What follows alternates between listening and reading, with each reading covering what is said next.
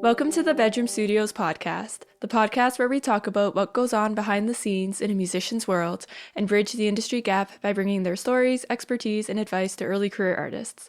Subscribe to join us for a fun chat about life as a creative person, tips and tricks for pursuing an artistic career, navigating the music industry, and more. My name is Emma Della Rossa. I'm a singer-songwriter based in Toronto, and today I am interviewing Tiffany Luvv. Tiffany Luvv is a country pop artist born in Montreal, Quebec. She is one half of the Sundown Sessions, which is a monthly music showcase at the Rivoli in Toronto, supporting indie artists of all genres. Currently working on her debut EP and playing shows, Luvv has always been an advocate for mental health, indie artists, and women in music.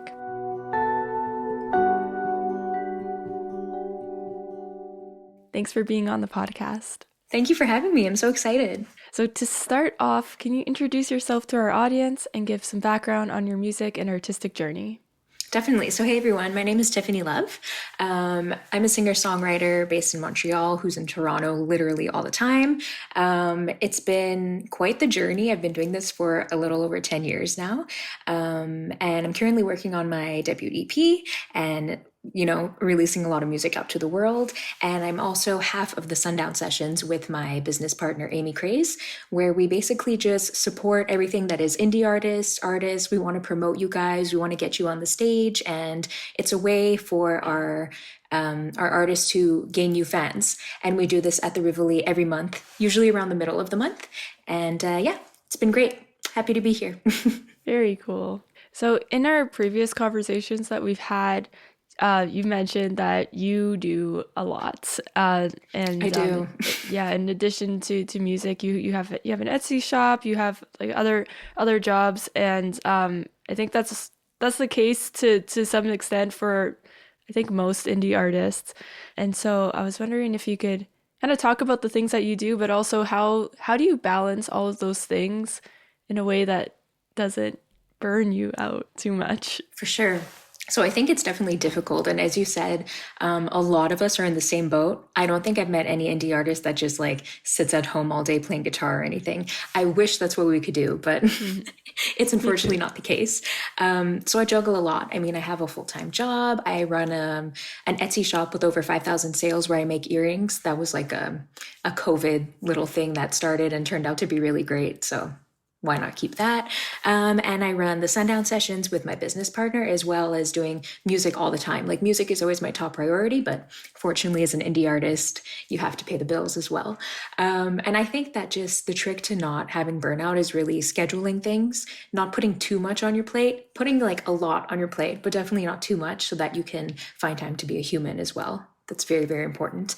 And really just choosing your priorities in life and what direction you want to go to, and what's the most important for you to pursue at the time. In terms of choosing priorities, I find that there's like a lot of things that I want to do or like want to be spending my time with. Most are music related.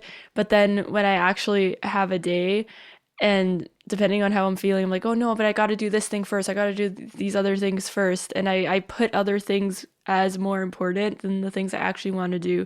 Do you ever feel that way?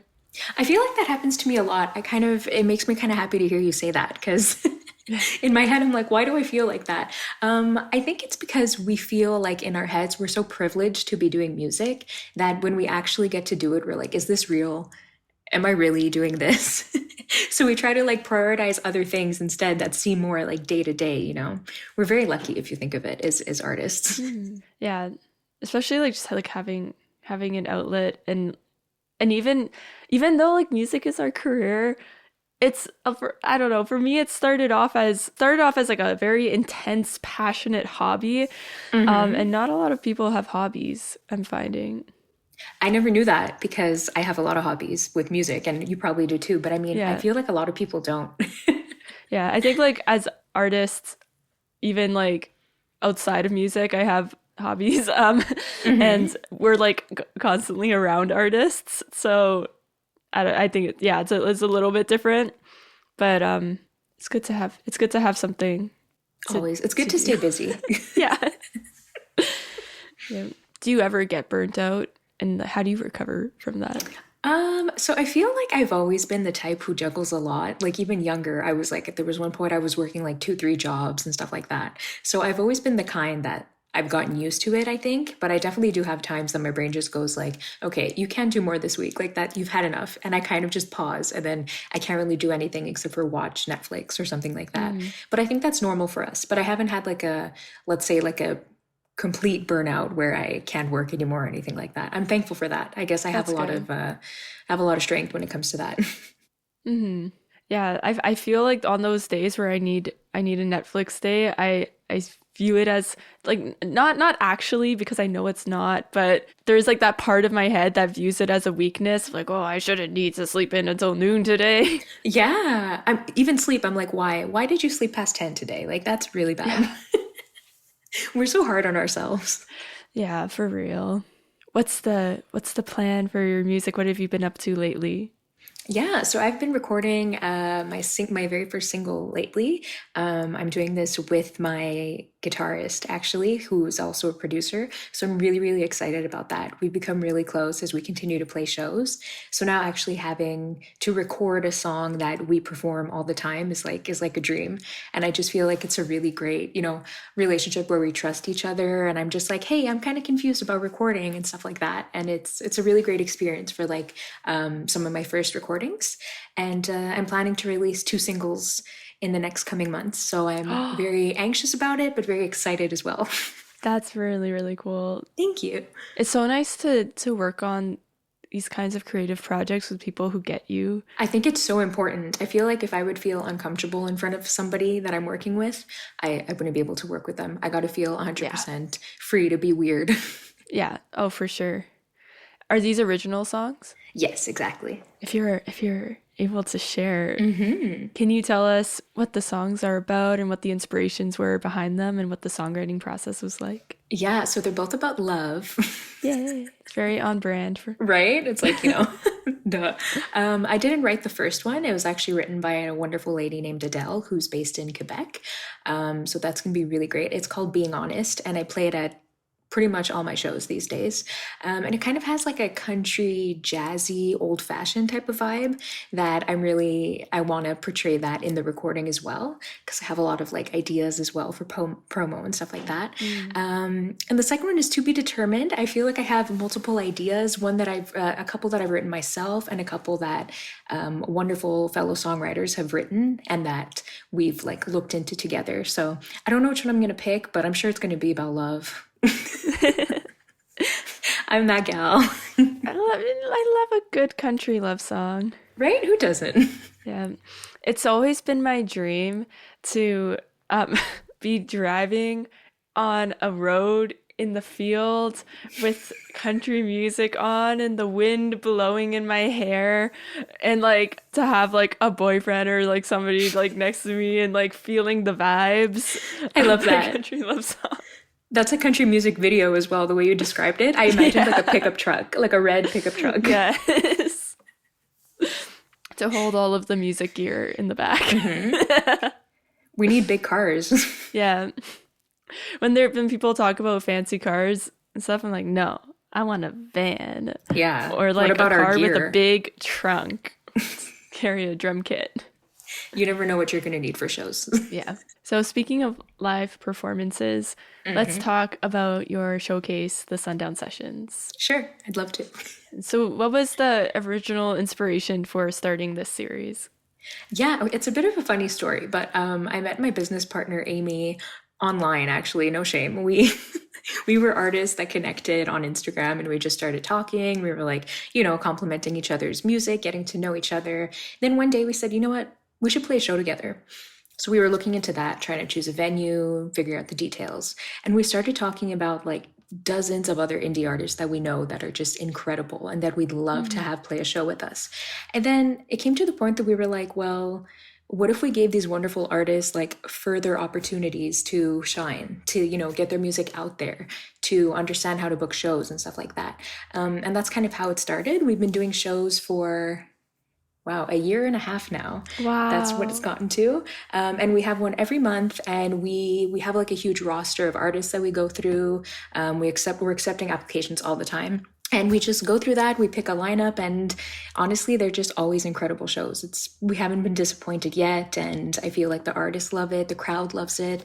We have a little, like a regular crowd that comes to every show, so it's Oh, really great. It's so lovely to see them, and yeah, it's just been really great. It was never a direction that I expected to go, because I kind of feel like I'm like in the industry side of things a lot now, but it's been great. So I'm happy about it.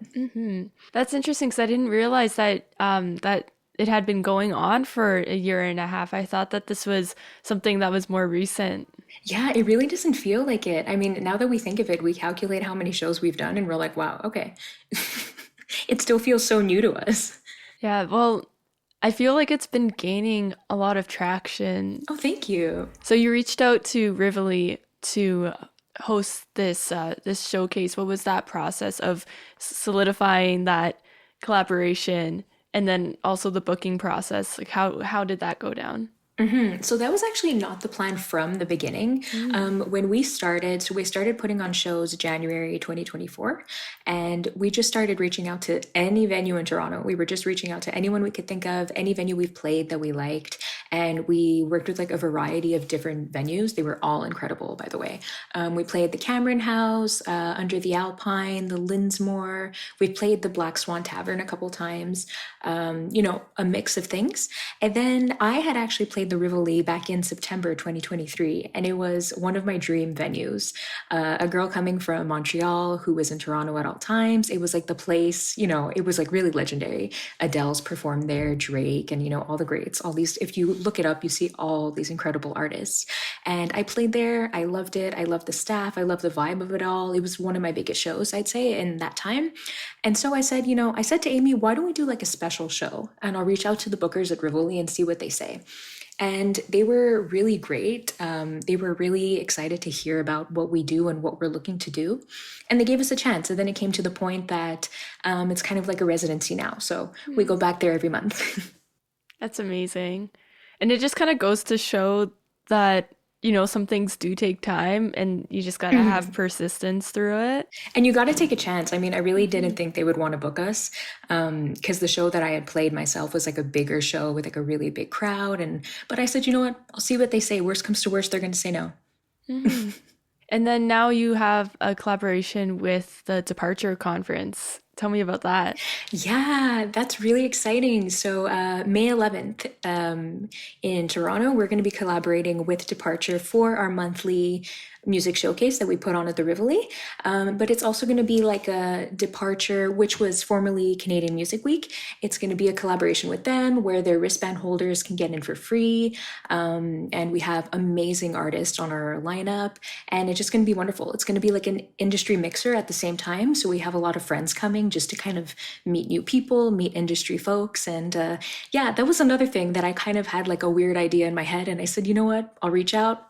Worst comes to worst, they say no, but I always shoot my shot. That's the thing about me. Yeah, I'm the same way, but I feel like for some reason, in the past month or so, I've had so much fear about doing that. I think it comes in waves. Yeah. Yeah, I think it comes in waves. Like there'll be times that I'm just like, you know what? I'm going to reach out to like all the music conferences there is and whatever happens, happens. And then there's times that it's like to reach out to a venue that I've performed at 10 times, I'm feeling too shy right now. So I think we just got to let that flow. And then when we feel like we could, then we do. Yeah, and I realized that because last year I was doing that a lot. I was just like reaching out to venues saying like, "Hey, can I play here? Can I play here?" And then now I'm a little bit more scared. But I realized that last year my mentality was, what are venues that people I know have played at, or what are big venues that artists play at in Toronto? And then that was my like, oh, like somebody, like people play here, I'm gonna contact them. But then recently I realized that the thing going through my head was like, what's a venue that maybe people would come to and that would be convenient for my family to come or to have an audience, or what's something that would be convenient for like my drummer to if it has a backline and stuff. And I think like those are things that are good to think about. It was like really holding me back because I was creating all of these barriers in my head of like, oh, like my parents aren't going to want to come if it's in downtown or Exactly. like, So yeah, I'm trying to be like you and just like when I email a venue, it's like, oh, I gotta be like Tiffany. That can we have that? Can that be like a thing that people do? Yes. Oh my gosh, can the title of this episode should be like Tiffany. I would love that. I'm gonna do it. I mean, yeah, that's kind of a lot of times that's just what I do. I just push, and then if it doesn't work out, I pretend that I forgot about it, and that's all. There's Yeah. some prime music industry advice for you. I love it.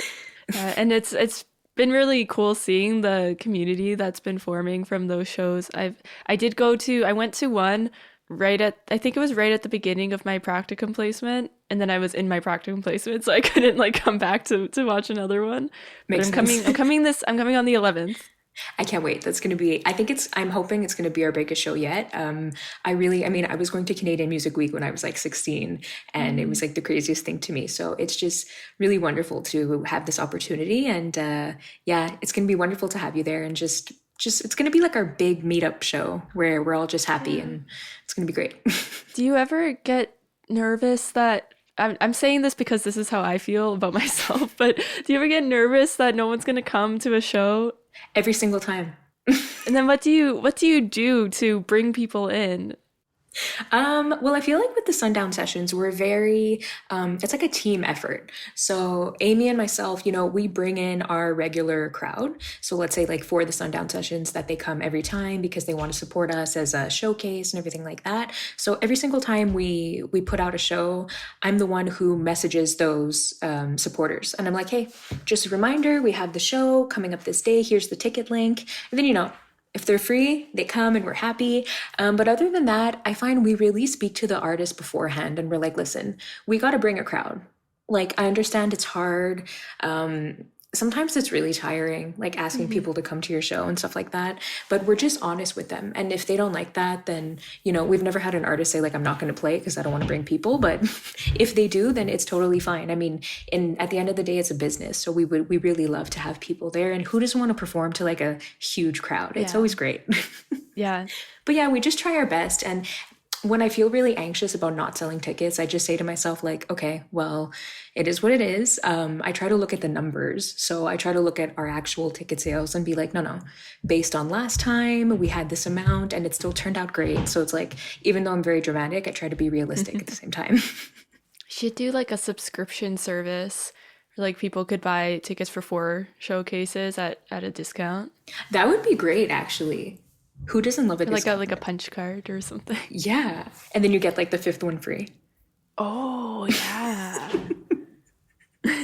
Like those ice cream, those like pretzel stores, they used to do that. Is it just? Yeah. Or like you get like a free drink at the bar or something. Yeah. I like that.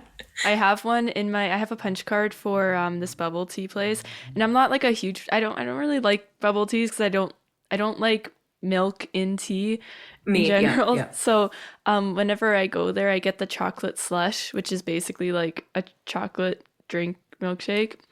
But I don't go very often. So I've had this punch card for like 3 months and I've only have 2 things punched off. It's crazy. But maybe like in 2 years I'll get a free drink. Yeah, me too. I have all these like loyalty cards too in my wallet. And then sometimes I just look at them and I'm like, I forgot about this place. Yeah, my wallet's so heavy with just like the punch cards of places I only go to like twice a year. Yeah, we should have a Sundown Sessions loyalty card. Yes. I don't know what that would consist of, but who knows? It's just like free good vibes. Exactly. You come to a show, you get a stamp. Yeah. Honestly, that'd be so cute. It's like a little sticker book. We actually got a stamp of like a smiley face but then I just used it to like stamp my friends against their will. And then, yeah. At least we got one though. Yeah. See, it's like you're professional now. Exactly. Yeah. You can't have a business without a stamp. It's facts. Yes. So is there anything that you have coming up for the Sundown Sessions in future? Yeah, so we're really looking to expand in several different ways. Like we're an indie artist showcase, but we also provide mentorship. this is how we met, me and you. Actually, Yeah. I was a mentor at the Women in Music Canada conference. So we do mentorship. We do a lot of, we just give advice and like promote and all these things. We're also thinking of, we have an incredible artist who's actually going to be performing at our Departure collaboration. Her name is Siobhan, and Yay, I love Siobhan. isn't she amazing? Yeah. She plays with her dad named Brent, and they're just an incredible duo, and we're really thinking of doing some kind of songwriting camp with them. He's done production like his entire life, and we're just thinking of, getting a certain amount of artists together and doing some kind of songwriting camp. I mean, that's where I've done most of my writing, these incredible just, 1, 2, 3 days of a songwriting camp. So I think that would be amazing. We're also looking to expand in a way that we do more networking. So more meetups that aren't just shows, like kind of like come and have like a Sundown Sessions dinner or something like that, where we can just network, get to know each other, how we can work with each other. And expanding more, we were thinking of also doing the shows around Ontario. This would kind of be more next year, but instead of just Toronto, moving to around Ontario, and then hopefully one day all of Canada and beyond and beyond. That'd be so cool. Thank Be you. like a little tour. Yeah, I mean, I feel like it has a lot, there's definitely a lot of work that would go into it. Like, it wouldn't be something that would happen next month, but if it would happen, it would be like, wow, a dream. Yeah. That's so exciting. Thank you. Oh man. It's been really cool seeing so many great initiatives like this popping up in Toronto over the past couple of years. I don't know if it's just because you know, when you're starting out, it's like hard to find these communities until you're actually like in them. So maybe it was just me living under a rock as a baby artist. But like I feel like a lot of these things didn't exist before, and then now that we're a few years out from the pandemic, it's like we're all kind of seeking that community again. I agree. Yeah, I feel it has a lot to do with the pandemic. And it's also like people taking matters into their own hands. I mean, I know a lot of people that they tell me, oh, I do hip hop music, I do this kind of music. And it's hard to book shows because, where I live is primarily pop and stuff like that. And then they just said, like, well, I started booking my own showcases. I booked them monthly, I booked them at this place, and I'm like, go for it. Like, as long as you can get to perform and do what you love to do, you can do it on your own. Like, you could figure out ways to get it going. That's how the Sundown Session started, and then thankfully it's getting places. So I'm really happy about that. Yeah. That's how this podcast started too. Because I'm just Right? like Yeah. I don't know a lot of people in the music scene, and I also have so much I have so much like social anxiety and so it's hard for me to network at shows. Yeah, I feel like especially after COVID, I mean, with COVID, I got so used to just like sitting at home, like listening to music alone. Yeah. But now it's like I when we still have our do that now. sessions, yeah, I'm so social when we have our sessions, and I'm like, Yeah. wow, this is crazy. I'm like talking to people here. So Yeah, and I think like being a leader of a project, you kind of step into that role. It's not that you're like forced to be like this more confident, outgoing version of yourself, but it kind of just it's almost like by creating the project and leading it, you're manifesting that for yourself, and you just kind of innately know what to do. yeah, you don't want to be also that person who's like sitting at the corner when like people know who you are, so they want to come Yeah. talk to you. I do that sometimes, but I try to hide it. Yeah.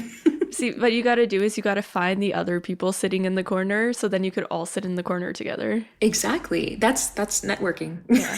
The last two shows I went to, I ended up like sitting on the floor for like a good portion of both of them, but it was great because I was with other people who were also sitting on the floor. I'm good to know. That's good to know that I'm not the only person who sits on the floor randomly at concerts. Like Yeah. sometimes I don't even know Like if why. it's I clean, just, it's fine.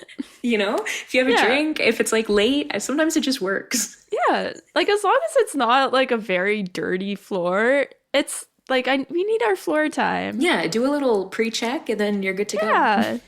Like get a jacket, sit on it. It's great. Kind of going back to your own music career, I know that you are very passionate about mental health advocacy, and I was wondering if you could talk more about how that sort of plays out for you in your career and in your message. Definitely. Thanks for bringing this up. It's such a great subject, I find. So basically, I started music because that was my passion from a really, really young age. And I feel like it became a passion because I connected to music in such a crazy way that it's just I couldn't connect to other things. Like a lot of times if I'm feeling upset, I can't necessarily tell you, but I can find a song that could tell Mm-hmm. you what's happening. So I think that that has a lot to do with, mental health struggles, just growing up and all these things. And so that's how I want my music to be. I want to kind of help people and I want them to relate to me and just let them know that they're not alone. I feel like I also do a lot of other stuff to kind of portray this about mental health. So I've played a couple fundraisers called Sing for Mental Health. It was in Hamilton, Ontario. They've kind of taken a pause right now, but it was a wonderful showcase. Like they happen every July, and I played two of them, and it was just wonderful. They also had a Christmas edition, and yeah, I just think it's so important to not hide behind like social media of everybody's happy all the time. Like I'm an artist and I'm just so incredibly happy. Like I mean, Mm-hmm. I'm happy a lot, definitely, but I feel like there's definitely a lot of struggles there, just like everybody. And it's no shame to talk about it for sure. And just relating to an artist is that's what music is all about. Yeah, I 100% agree. I think like definitely music is something that like can really speak and hit hard even if you don't have the words to express what you're saying. And I think it's like it's not just sad music, it's like if you're releasing a song that's really happy or a song about love that can like bring people out of what they're feeling or even Exactly. just like further validate what they're feeling if even if it's a negative thing. Exactly. Even sometimes it's like, I know some people think, certain genres, they write all like depressing music or sad songs and stuff like that. That's my genre. Right? Same. But That's like, me. I'm like, me too, but I mean, sad gals were a little dramatic and it brings out Yeah. the best songs. But I believe that it's everything, every type of emotion that you're feeling. Sometimes it's like I'm in a stage in my life where I'm like in love, or I think I'm in love, or something like that, and I'm gonna find a song that I'm gonna be playing like crazy so that I Hmm. could like get into that feeling. I think it's for every emotion, and it's a great thing. Music is just wonderful. Yeah, and there's so much nuance with every song. Like it could be about love, but like there's so many shades of being in love. Right? Yeah. Yeah, definitely. Do you have any advice for artists that feel like a kind of resistance or even shame about writing about their struggles or even just like more broadly being vulnerable with their songwriting? 100%. So I struggle. Let's say I used to struggle with this as well. And I feel like there was a past trauma in my life that I always wanted to write about, that I've heard other songs about, and they would just completely destroy me, but like in a good way. Hmm. Destroy you in a way that I'm like, wow, I connect with this so much and I'm not alone. Yeah. And so that's the only thing that I wasn't able to write about, which to me was kind of like, okay, well, what's wrong with me that I can't sit down and write about this song when I'm literally a songwriter. And I feel like it just took the time. I mean, I met up with a lot of other songwriters and I told them about it, and it just took time and a lot more sessions than other songs would, for example, because I had to get that vulnerability out of me. But I think that you shouldn't be ashamed to take your time with it, and if it's not working right now, come back to it in 6 months, see what happens. Explore songs of the same subject so you can start feeling like, oh, that is a subject that I could sing about. I'm not like, passing any limits or anything like that. I am speaking my truth, and somebody else is going to want to hear this. But I think for a lot of things in the industry, releasing songs, doing a certain type of project or a certain type of video, sometimes you just have to give it time. And when you're ready, you're going to know. Hmm. Yeah, that's so true. I feel like we've been kind of joking about this throughout the interview, but that kind of stereotype of like all of my music is sad or like my music is quote unquote too sad. But when I go to shows where it's like an acoustic indie artist show, like the Sundown Sessions, and people are playing sad music, it just like it hits me so hard and it's my favorite. Like when people are like they say into the mic, "Oh, I'm gonna play a really sad song," and they say it like they are ashamed of it, and I'm in the audience. I'm like, "Yes!" Exactly. I'm like, this is my time. Like, Yeah, Yeah. I think we realize that we have emotions and like good for us. That's so great. Yeah. So I guess this is a message to all the artists and to myself because I still feel insecure, but don't feel insecure about your sad songs. Because we all love to cry. I think it's normal. Yeah. Yeah, as artists, we're always feeling insecure. We're like, really, like I just wrote this song and maybe no one's gonna like it, but I like it, so it doesn't Yeah. matter. We have to have the audacity. That's all we A need. little bit of audacity. And it works. It does. Or just do my other thing, just like push, and if they say no, it doesn't matter. We're down to the last two questions. Awesome. I feel like this is like a shorter interview, but I feel like you have like a lot of really good things to say. I'm a fast talker. Yeah, like it was like what's it called? It's like a Lindor chocolate where there's like so much amazingness and awesomeness in one tiny little ball. In a little ball. Yeah. True. I love that. So other than be like Tiffany, what piece of advice would you give to an emerging artist beginning their career? Ooh, contact the Sundown Sessions so we can do a mentor. For no kidding. Well, for real though, put the link in the description. Right? Yeah. I mean, I feel so honestly, I feel like a big piece of advice is when you figure out where you want to go and what you want to do with your career, get mentorship. And I've had several mentors throughout my career. And I think it's really, really important. I mean, you can't just go on Google and Google like how to have a music career. You're not going to find helpful advice. So, you should go to people that have the experience and you should learn from them. Another thing is like conferences. I've been going to conferences from a very, very young age, and they're really, really important for networking, for learning, for just, knowing what's going on in the music industry. So, I mean, if they're budget friendly and they're close to you, go to them. It's super, super important. And sounds super cliche, but I would say go for it. Like just don't listen to what your grandma or whoever said about the music industry. If that passion is in your heart, you can't escape that. Trust me, I've tried. So Yeah. just go for it. Unless you have a supportive grandma, then listen to your grandma. Exactly. Mine was pretty supportive. So like, yeah, listen to her if she's supportive. You mentioned that you had been going to the Canadian Music Week conference for a really long time, which is now the Departure Conference in Toronto. Do you have any advice for that conference? Because I am going next week and I feel unprepared. Yeah, I mean, I feel like honestly, a lot of times I would go to conferences and feel super unprepared, especially so like Departure is kind of a new thing. I mean, it's Canadian Music Week reimagined, but it's brand new. Like they're doing comedy now, they're doing film now. It's, it's kind of like really evolved.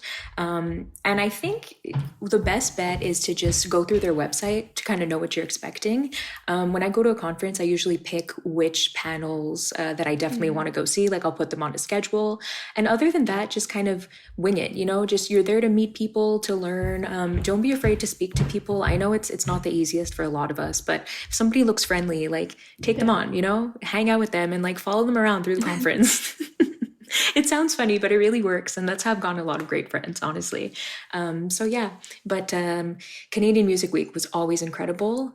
It's definitely a lot. It's like multiple days. There's some conferences that are like 1 or 2 days and it still feels like a lot. So, like go easy on yourself if you're super tired at the end of the day. But I think it's going to be incredible. And it's going to be amazing to see how much they've like reimagined it and what they've changed. They also have really big names coming in comedy and music.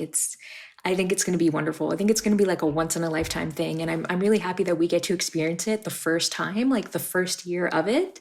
And that the Sundown Sessions gets to be part of it. That's also incredible. I mean, yeah, I'm excited to see you there. I'm excited too. Also, for anyone listening, pro tip is to volunteer at these conferences, especially the ones that are more expensive. A lot of times if you volunteer, you get free admission to the conference. 100%. I've done volunteer work in the past, and not only that, but it looks wonderful on a music CV. Like they'll take that and be like, okay, like Great. So you're really devoted to this. Like you volunteered. Like volunteering is not an easy thing, but it usually comes with incredible perks, and you still get to meet a bunch of awesome people. So definitely, that's definitely something that we should be checking out when you hear of the conference. Like go on their website, check out how to volunteer. If you're an artist, check out how you can perform. Like, these conferences are there to help you. They're for artists. So don't be afraid. Yeah. Okay. This is the last question. What music recommendation would you like to share with our audience?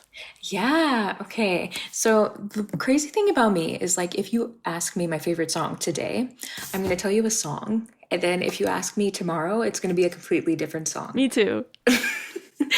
So I don't know, like if people ask, oh, like what's your all-time favorite song? Okay, I have no idea. Like I feel the same way. Like I forget every song I've ever listened to when people ask that question. But at the same time, like when I listen to music, it's like I'll listen to the same song over and over again for like 4 days straight, and then I won't listen to it again for 6 months. Okay, so it's not just me. I listen to it so many times that then I'm like, hey, why? Like I ruined it. And it's not like I don't it. even think I get tired of it. It's just that I find another song that I want to listen to over and over again. Yeah, it's just wonderful.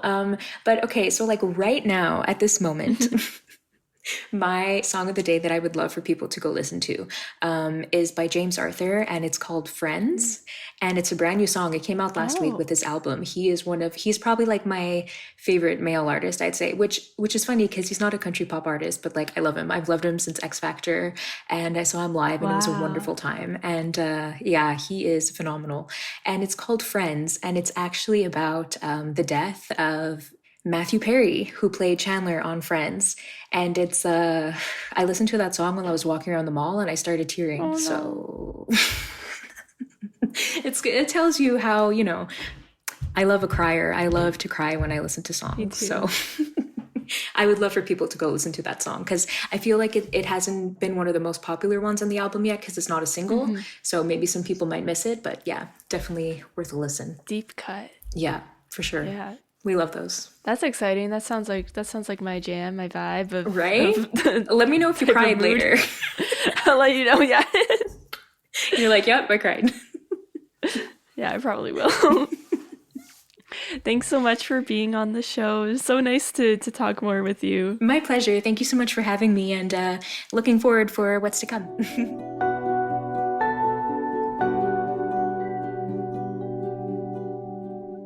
Thank you so much for listening to this episode of Bedroom Studios Podcast.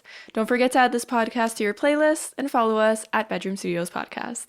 You can follow Tiffany on social media and check out her music. All links can be found in the episode description. Thanks again for listening, and we'll see you in the next episode.